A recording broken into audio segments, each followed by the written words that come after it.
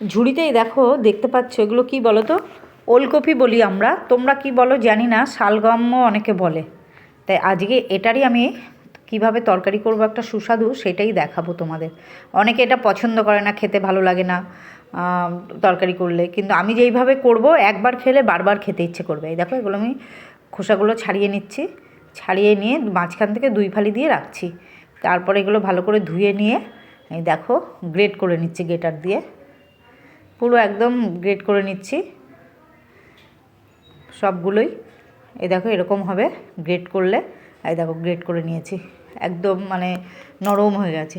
এবার কড়াইতে আমি একটু তেল ছিল বেগুন ভাজার, তার মধ্যে আরেকটু তেল দিয়ে দিলাম, দিয়ে এবার আমি বড়িগুলো ভেজে নেবো। দেখো এটা হচ্ছে কলার ডালের বড়ি আছে,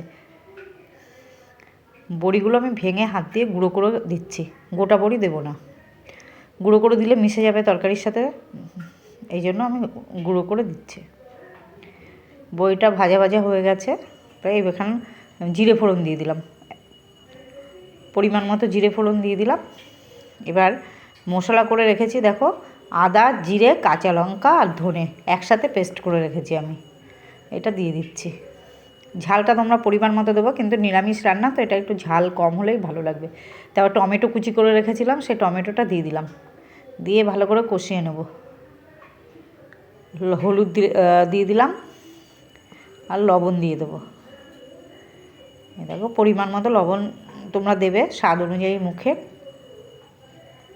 এবার ভালো করে কষিয়ে নিয়ে এইবার আমি ওই ওলকপিটাই জল চিপে দেবো, রস বেরিয়েছে দেখবা, কত চিপলে জল বেরোবে।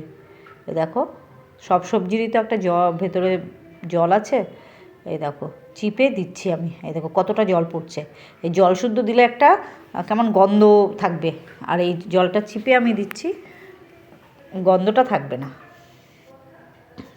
দেখো পুরো চিপে আমি সবগুলো এরকম করে দিয়ে দেবো, দিয়ে ভালো করে কষিয়ে নেব। মশলা ধোয়া একটু জল দিয়ে দিলাম মিক্সার থেকে, দিয়ে এবার ভালো করে নেড়ে চেড়ে আমি ঢেকে দেবো, 6-7 মিনিট ঢেকে রাখবো, রাখলে এটা মজে আসবে, প্রায় সেদ্ধ হয়েই যাবে। এবার ঢেকে দিলাম, দেখো 7 মিনিট হয়ে গেছে। এবার আমি এই দেখো কি সুন্দর একদম মানে মিশে গেছে, দেখেছো খুব সুন্দর সেদ্ধ হয়ে গেছে। এখন আমি একটু চিনি দিয়ে দিলাম, নিরামিষ রান্না একটু মিষ্টি মিষ্টি হলে ভালো লাগবে, তো একটু সামান্য পরিমাণে চিনি দিলাম। তোমরা চাইলে বেশিও দিতে পারো, আবার না চাইলে নাও দিতে পারো, না দিলে একটু টেস্টটা কম হবে, দিলেই ভালো লাগবে।